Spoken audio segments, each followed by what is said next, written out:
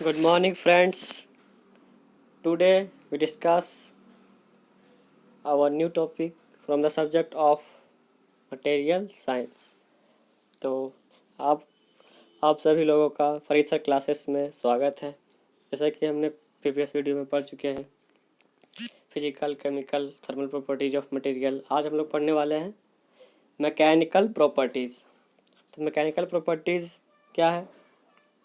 Mechanical properties are those properties which obtained by applying direct load. तो mechanical हम क्या कर सकते हैं, कोई मटेरियल पर अगर चेक करने की इसके मैकेनिकल प्रॉपर्टी क्या है तो उसको हम डायरेक्ट जब तक उसमें लोड अप्लाई नहीं करते तब तक हम क्या कर सकते हैं, उसको फाइंड नहीं कर सकते हैं, सिर्फ देख के नहीं बता सकते। जैसे केमिकल में क्या था, उसमें रिएक्शन होता था, जंग लगता था। हमारा फिजिकल में क्या था, उसका टेम्परेचर पे देखते थे, कितना टेम्परेचर पे मेल्ट हो रहा है, कितना टेम्परेचर पे मेल्ट नहीं हो रहा है, उसमें हम हीट करते थे। ठीक है, तो यहाँ पे मैकेनिकल में क्या कहता है, इसमें कोई भी बार है, ठीक है, उसको हम क्या करेंगे, हीट, इसको लोड देंगे, प्रेशर से हम लोड देंगे। जब लोड देंगे तो क्या होगा, ये दबेगा, या फिर इसको अगर खींचेंगे, पुल करेंगे तो क्या होगा, ये लंबा होगा। तो जब ये पुल और पुश लोड लगाने के बाद इसमें जो चेंजेज आएगा उसका उससे प्रॉपर्टीज पता चलेगा क्या, कि मैकेनिकल प्रॉपर्टीज क्या है, कितना स्ट्रेंथ है, कितना देर में वो टूट जाता है, कितना देर में वो रुकता है, कितना प्रेशर लगाने में, कितना फोर्स लगाने में। ठीक है, तो कितना फोर्स पे वो नहीं टूटता है, वो सब दिखेंगे। तो पहला प्रॉपर्टीज है स्ट्रेंथ। स्ट्रेंथ क्या होता है फ्रेंड्स, जैसे हम लोग बोलते हैं डू यू हैव स्ट्रेंथ, क्या तुम्हारे पास स्ट्रेंथ है ये करने का, यानी कि तुम्हारे पास ताकत है ये करने का। तो वो क्या है, मेन हमारा ताकत। तो स्ट्रेंथ अगर हम टेक्निकली अगर थ्योरी पढ़े कैसे डिफाइन करेंगे, the strength of material is is ability to withstand various forces which it is subjected during a test और इन सर्विस। ये क्या है, स्ट्रेंथ क्या है, किसी मटेरियल का एबिलिटी बताता है। स्ट्रेंथ क्या है, हमारे अंदर की एबिलिटी बताता है कि हाँ मेरे अंदर एबिलिटी है, मैं ये कर सकता हूँ। उसी तरह हम मटेरियल, मान लीजिए कोई मटेरियल है, ठीक है, तो ये मटेरियल है, इसके अंदर कितने देर तक भारी लोड सहने की क्षमता कितना है। इसमें 20 किलो रखेंगे तब टूटेगा, या मान लीजिए बीच में लोड लगा दिए, मान लीजिए हमारा क्या है, एक सिंपल सा रॉड है, इसके बीच में हम लोड लगा दिए पी, इसमें 10 किलो न्यूटन लगाएंगे, 20 किलो लगाएंगे, 50 किलो लगाएंगे, कितना लगाएंगे तब कि ये बेंड होना चालू होगा, कितना चाहोगे ये ब्रेक हो जाएगा।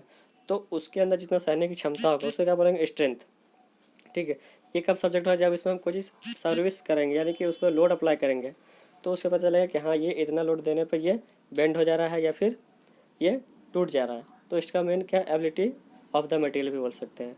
ठीक है friends, it is usually defined as the tensile strength, compressive strength and proof stress, shear strength, etc। तो हमारा इसको क्या कहते हैं, टेंसाइल स्ट्रेंथ चेक करते हैं, इसको खींच के देखते हैं कि कितने फोर्स पर ये क्या हो रहा है, बीच में टूट रहा है। या फिर इसको दूसरी तरह से इसको दबा के देखते हैं, जैसे कितने प्रेशर पर ये क्या हो रहा है, दब जा रहा है। ये हो गया कंप्रेसिव स्ट्रेंथ, ये हो गया कंप्रेसिव स्ट्रेंथ। ठीक है, तो और उसमें क्या शियर स्ट्रेंथ, मान लीजिए दो मटेरियल को हम क्या कर दिए, वेल्ड कर दिए और दोनों साइड से अपोजिट खींच रहे हैं, तो इसमें जो ब्रेकिंग आएगा, तो इसमें ब्रेकेज पॉइंट कितने पे हो रहा है, कितने लोड लगाने पे, तो वो हमारा शेयर स्ट्रेंथ हो गया। ठीक है फ्रेंड्स,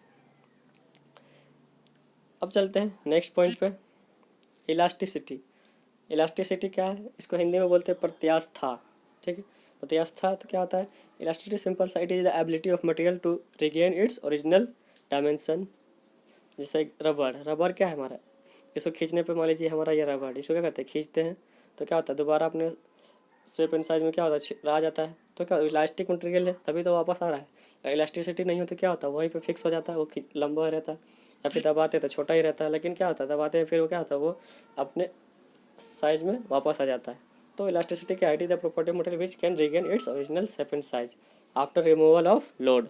तो जब हम लोड रिमूव करते हैं तो अगर वो एक्चुअल डायमेंशन को अगर गेन कर पा रहा है तो क्या कहेंगे हम, ये इसके अंदर इलास्टिसिटी ज़्यादा है। ठीक है फ्रेंड्स, जैसे हम मान लीजिए 100 मीटर का एक हमारा मटेरियल है, इसको हम क्या किए, खींचे 1 मीटर, खींचे 101 मीटर खींच हो गया, फिर छोड़ दिए, फिर दोबारा क्या हो गया हमारा अंदर, अगर 100 मीटर वापस आ जा रहा है यानी कि क्या है, इसके अंदर इलास्टिसिटी अच्छा है। या नहीं आ रहा है तो यानी कि ये क्या है, वो प्लास्टिसिटी में आ गया, या अगला पॉइंट है प्लास्टिसिटी, उसमें चला जाएगा। तो इलास्टिसिटी का अपने जो स्ट्रेस स्ट्रेन में कर्व पड़ा होगा, तो इसका कर्व जो इलास्टिक कर्व ऐसे बनता है, कुछ स्ट्रेट जाता है, ये स्ट्रेट, इधर हमारा क्या है स्ट्रेस, इधर क्या रहता है स्ट्रेन।